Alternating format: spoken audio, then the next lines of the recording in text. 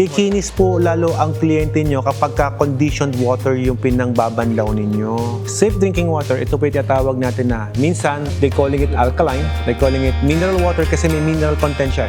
Minaster ko muna yan, yung management ng water station, bago ko siya ipa-manage sa mga staff ko. My friendly advice is wag po kayong kukuha ng mga datihan ng tauhan ng water station. Bakit? Batido na yon. Alam na pasikot-sikot dyan. Ang negosyo na wala sa sistema, ang laki ng losses. Dapat may sistema. Timo sila. Alam na lang ginagawa nila eh. Sa startup, ilang container ang kailangan? At least 300 to 500 bottles talaga. Ano yun? Mix? Depending on market na gusto mong i-market. Kapag ka maraming opisina doon, bilog.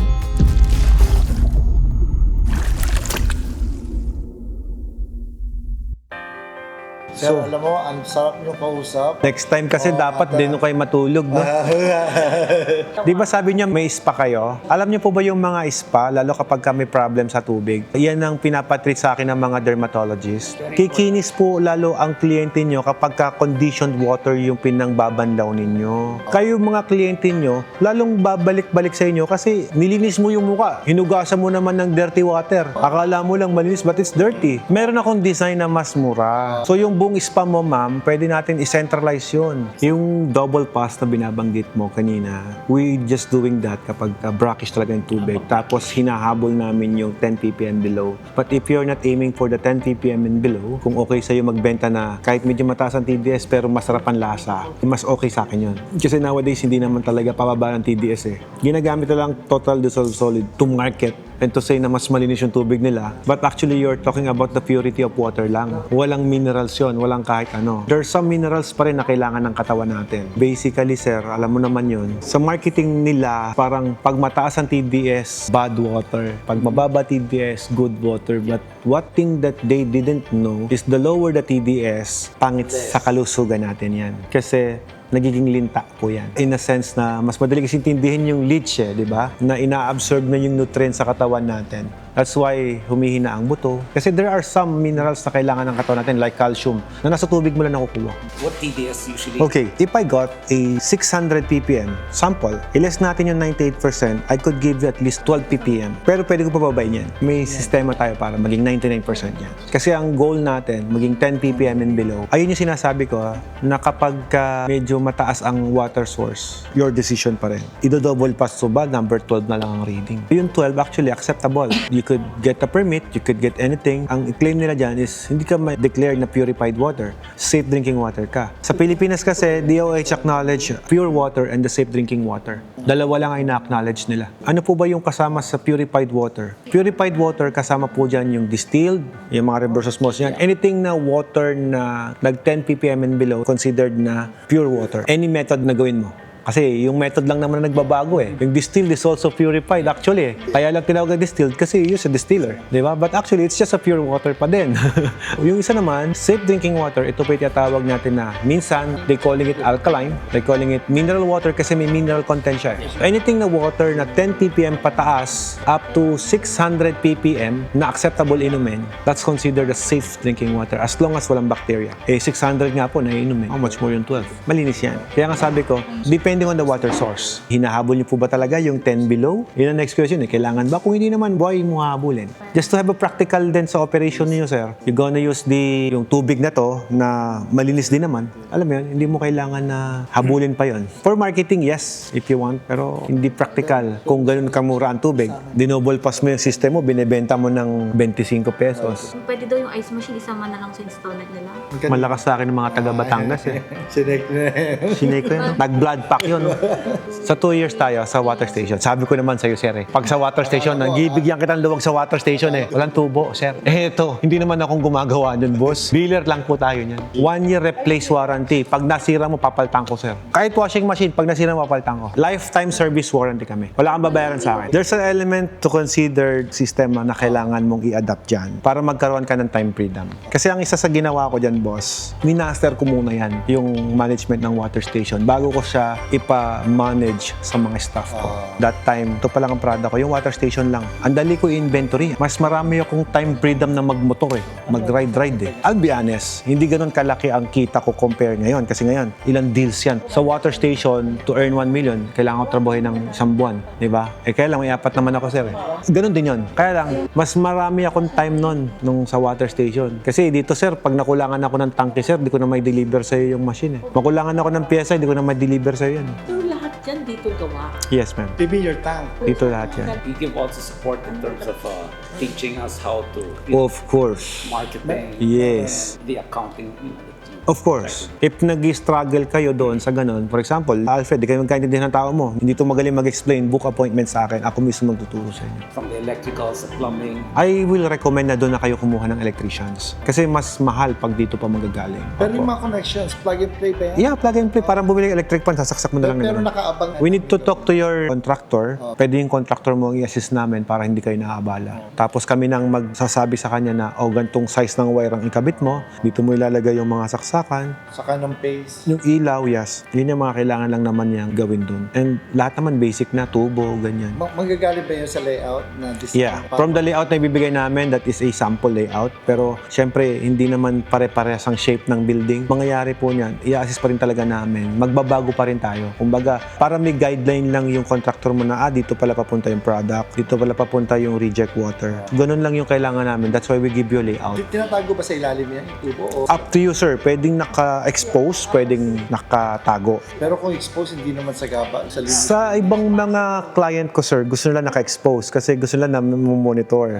And some of the city engineer, yung mga sanitary engineer, gusto nila naka-expose. Kasi kapag naglalagay sila ng sanitary engineering report nila, gusto nila sila mismo tinicheck nila kung saan. May sanitary engineer tayo sa Batangas. Hindi namin siya empleyado. We will just recommend it sa'yo kasi private practice sanitary engineer yung kailangan for your permit. Kayo na mag-uusap, kayo na makipag-negotiate kung magkano yung talent fee niya. For the design? Or Not for the design, for the approval. Kasi yun, gagawan ka na ng vicinity map, report ng linya ng mga tubo, yung fire permit mo. Lahat yun, pati yung deep well mo sa nakalagay, i-report na yun. Nakalagay doon sa report niya, tapos yung PRC license niya. Pero yun ay ituturo mo sa amin kung paano positioning. Technically, sir, pag na-install na po ng mga staff ko yon, hindi ko na ituturo sa inyo yun kasi andun na yun Ang ituturo ko na lang siguro sa inyo, siguro mas maganda tanong mo sa akin, marketing. Doon tayo mag-focus kasi pagdating sa mga technical side, mas maganda yung actual nandun ka mismo sa mga staff ko, ikaw mismo nagpipihit doon. Sir, ito, pinipihit-pihit lang to Yan. Mas madaling intindihin yun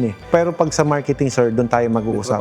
Marketing, inventory, accounting, yan. I recommend, sir, na nandun ka, andun din yung staff mo, natuturuan. How many people do you need? Ito, sa water station alone, kailangan mo lang dyan isang refiller tsaka isang delivery boy. Pero ako kasi, maano ko sa tao Kasi alam ko yung trabaho, mabigat yung binubuhat. So ako, ang quota ko palagi, kapag ang isang personnel ko umaabot na ng 100, quota niya na yun. Pinagbabakasyon ko na. For example, in a half day, nakuha mo na yung gusto kong benta, naka 100 ka na, half day ka na, bayad kita ng buo. Bayad ko maghapon niya kahit umuwi ka na. Spend your time. Sir, gusto ko pa ng extra income O di ikaw, dodoblihin ko yung bayad sa'yo. Kasi masipag ka. Ako kasi ayoko nang na-overburn sa trabaho. Kasi susuko din yung mga yan. Hindi naman robot yan, boss So ako, pagka nagwa 100 bottles na daily, yung dalawang tao, isang refiller, isang delivery boy, okay lang yun. Pero pag nagdalawang dalawa na dapat ang deliver mo. Para yung dalawang delivery boy mo, tag 100 sila. Para hindi sila masyadong persado. At eventually, hindi sila mag-resign. Mangyayari, kung nakaka-300 container ka, dapat ang delivery boy mo, 3 na rin. Ikaw po ang magtuturo ng sa delivery boy mo, ano yung gusto mong mangyari. My friendly advice is huwag po kayong kukuha ng mga datihan ng tauhan ng water station. Bakit? Batido na yon. Alam na nila pasikot-sikot dyan. Advice ko, ikaw yung magtuturo doon sa rules mo. Sa operation naman ito, it won't spend your time Kasi pag on mo nito, sasahod ka na lang Nung water station time ko, sir, napakasimple lang ng ginawa ko Sabi ko, di ba, Monday, malakas. Tuesday, mahina. Hindi mo makuha yung diretsong gano'n. Pag nakikita ko yung mga days na mahina doon ako kumukuha ng ibang lugar para magbigay ako ng customer for the day of Tuesday. For example, I got this zone. Ito na yung Monday. Ito, zone 1 ako. Monday lang ako ng zone 1. Yung customer mo ng Monday, that will be your customer ng Wednesday. Kasi Tuesday, ibang lugar na yun. Alternate lang yan. Daming barangay na katabi mo, gagawa ka lang ng radius mo sa mapa mo. Kuha ka ng mapa, this is my radius, hanggang 2 kilometers away lang muna ako from my shop. Pag na-saturate mo na yun, another 1 kilometer radius ako sa shop ko. Palagi ako pabilog ang radius ko. Hindi ako yung deliver, no, yung weso-weso, yung kung saan napupunta, talo ka sa mobilization pag ganun, wala ka sistema. Ang negosyo na wala sa sistema, ang laki ng losses. Dapat may sistema. Timo sila, alam na lang ginagawa nila eh. Lahat na itanong nyo, alam na nga sagutin eh. Hindi lang sila marunong magtubo. Pero kaya mag-vlog. I think, lumalabas sila sa video eh. Gagawa ka lang ng sarili mong system kung anong bayan ba, anong barangay bidideliveran mo ng gantong araw. Tapos ako, during time of my operation, ang delivery boy ko lagi may pahinante. Yung pahinante po, hindi ang trabaho nun is sumakay lang. Ang trabaho po nun, pag umabsent si delivery boy, siya yung kapalit. Backup ko siya. Tsaka yung pahinante po, helper din po yun ng tagahugas ng galon. Kasi mabigat din maghugas ng galon. Ang sistema po kasi yan ganito. Tulungan po kasi yan. Yung binabanggit ko na pahinante, backup staff mo yun na itong pahinanting to, marunong din mag-drive. Kasi habang gumagawa ka pa ng isang market para sa kanya, siya yung uhugutin mo doon sa kabilang purok eh. While training. Na eventually, siya naman po yung magiging delivery boy mo sa kabila. Pero yan, walang sulutan yan. Pag binigyan kita ng customer, ikaw ang mag-aalaga ng ikaw lang yan. Sa madaling salita, para ka nag-training ng isang dealer na ikaw ang nag-provide ng tricycle at galon. Di ba, nag-create tayo ng mga dealership. Kakausap ako ng tindahan, groceries, baksid kakakutan ng tamad ako eh, gusto ko bagsakan. Ayoko na mag-bye-bye. So yung papel ng driver mo, parang ganon. Wala siyang komisyon sa anumang madideliver niya kasi binabayaran mo oras niya. Okay? Dahil hindi niyo alam yung proseso, anong nangyayari, kayang-kaya kayong utakan. O kaya ako hindi mautakan kasi alam po yung proseso eh. Sa 100 container, kaya ko i-deliver ng 4 hours lang talaga yan. Ganun lang kabilis. Hindi nagmamadali yan, ha? Dito lang, oo. Kasi sa isang pamilya, order po yan, 10, 5, isang bahay lang yun. Kung may sistema ka na, bagsak ka ng bagsak doon. Ano ma-advise mo nga pala sa mga container? Okay, mahal ako maningil kasi dito sa amin, nagbagsakan sila ng presyo, 15, 20, hindi nagsialis yung mga client ko. Ngayon, kaya hindi umalis yung mga client ko, 35 ako ha. Kasi ang diskarte ko, hindi ako nakikipag-swap ng galon. Yung galon mo lang yan. Premium service ang in-offer ko. Ang tanong mo kasi yung galon eh, kaya sagutin ko yung galon. Ang sistema mo, kung ano yung galon na ginagamit mo, sa'yo lang yan. May pangalan mo yan. Pero akin yun, ako may-ari niyan. Ano, you provided? O I provided. Pahiram? Pahiram. May mga nangyayari kasi pagbalik hindi ko naggalon. Yun nga po yung sinasabi kong walang sistema, ma'am. Ako pinapa-charge ko po talaga yan. Ano yan? Paano? Nag-charge ako ng bayad dyan sa ganyan. Kapag iba ng galon. Pag iba ng galon, na bumalik sa akin. Although regular mo yun, ha? Yeah. That's what Alto is saying. You add the added service. Pick up the old. Yung container mo, yeah. Para sigurado, tulad sabi ni Alfred dun sa ganyan, ibang tao, ilalagay nila juice o beer. Kaya, lilinisin mo pa yan. Yeah, that's correct. You want to return it to them disinfected, clean, smelling good. That's why it's best Na- you add that added service to pick up their containers. Yeah. Kasi pinahiram mo rin yan eh. Pag bumalik yan, yung tao mo, alam niya, hindi container mo yan. Pag Hindi ko- kinuha niyan, Yeah. May bayad nawala yan. na kasi yung container mo eh. tama. Yung pinahiram. Oo. So yun, binabayaran nila yun. That's the logic of it, which is correct. Tama. Oo. At saka pati ang tao mo, mismo, yan ang kliyente. Aalagaan yan. Sisiguraduhin niya na talagang parati maganda yung tulong. That's why yung sinasabi ko sa'yo, walang sulutan. Kasi ako yung nagbigay ng customer sa tao ko na yun. Ako yung nakaharap sa tao ko. Kausap ko tong may bahay. Pinakilala ko tong delivery boy ko. Ma'am, from now on, siya po yung palagi niyo makikita. Siya yung mag-deliver. Whatever na container niniwan ko dyan, yan lang po yung refill niya. Pinahiram ko ng 10. Kukunin niya yung 5, may laman pa yung 5. Babalik po niya 5, may laman na. Next, the other day, ubus niya yung 5, kunin yung 5. Nai-stackan siya ng galon. Ngayon, pag may napalit doon, imposible. Ibig sabihin, nagpa-refill ka sa iba. Diba? Di negligence nila yun. Ngayon ako, pagka gano'n, nagpapahiram ako ng galon, lagi may kasunduan. Ang kasunduan niyan, ilalagay ko sa note, every damage or losses of my container will be charged to the borrower.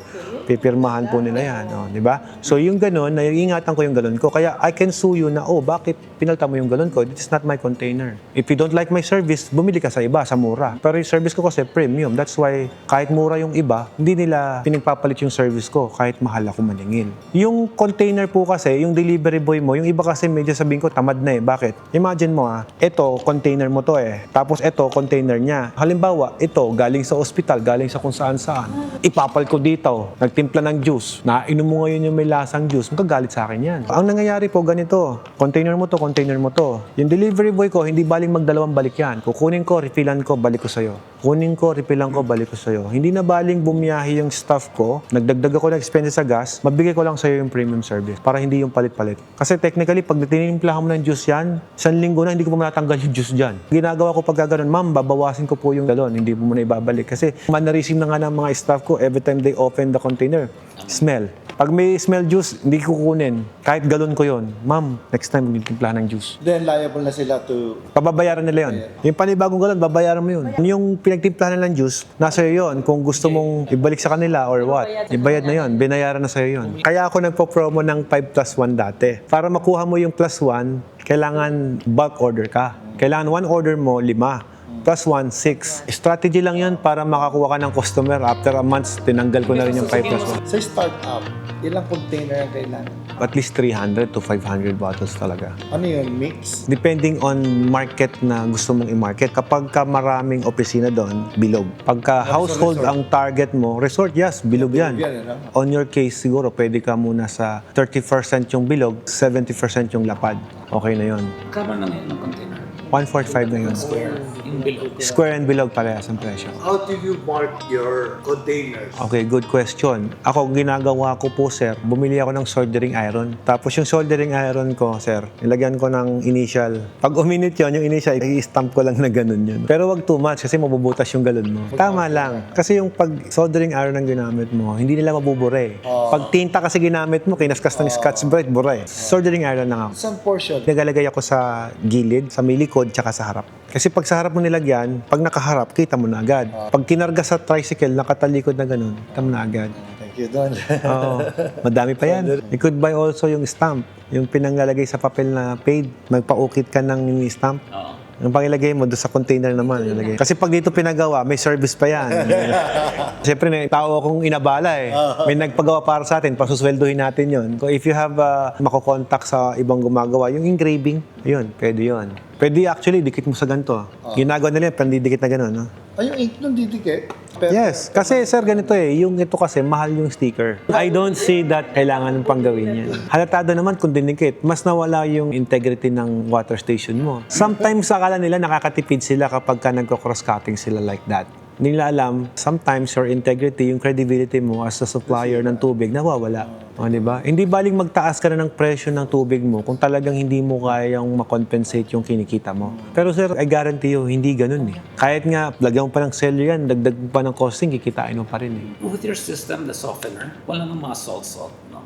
With salt, of with course. salt. Every softener has a salt. Kasi ang pantanggal natin ng hardness ng tubig, hardness ng tubig is sa magnesium sulfate. Para matanggal po yung magnesium sulfate na yon, na dumidikit sa resin granule natin, kailangan natin ng NaCl. So that's the only way para ma-remove. Magawa ka rin ng ganyan, no? Yeah, signage, yes. Ano tawag dyan? Material? Panaplex. Yung Decalidad Clothing kasi, Decalidad Printing Shop, ayan po yung mga product natin. Panaplex, signage, ito acrylic na po ito, yung naka-emboss. Tapos dinikitan lang namin ng sticker, tapos may ilaw sa loob. Magkano na po? Yung mga ganun. Depende sa size eh. Ito, nasa 48 yan. Pero depende yun kung letra lang. Oo. Kasi the more na dumadami yung acrylic na ginagamit, syempre, nagmamahal. We do also the graphics, Yeah. everything. Everything. You're in the one-stop shop.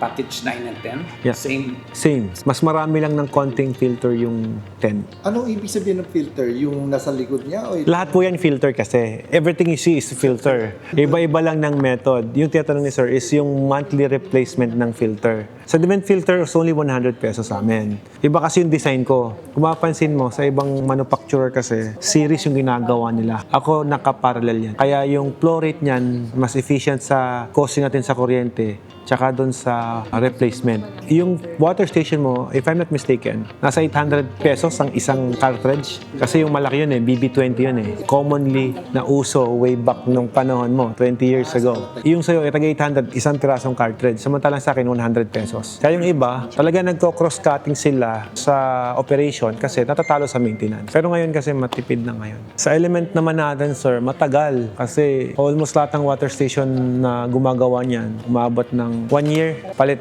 yung laman, element. Sa atin, maximum output, capacity rate niya, 15 years. Some of my client, 10 years na hindi pa nagpapalit.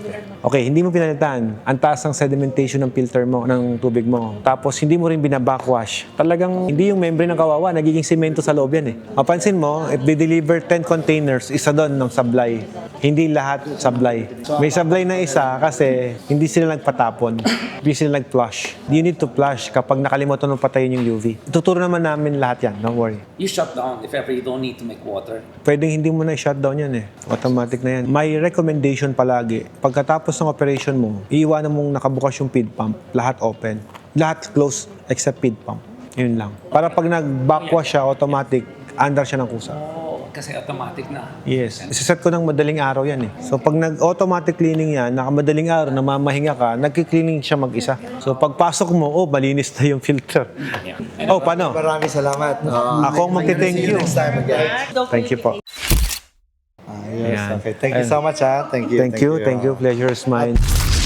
Bro, 8 years na yung tubigan ha. Ngayon, bibili ng isa pang machine. Ipapalitan na yung dati lang machine. Watermax na yung papalit. First time natin na-encounter ng ganyan. Na mineral lang hinahanap. You have to consider your market talaga eh. Kaya kailangan namin ng water analysis. Ano ang nagustuhan niyo, sir?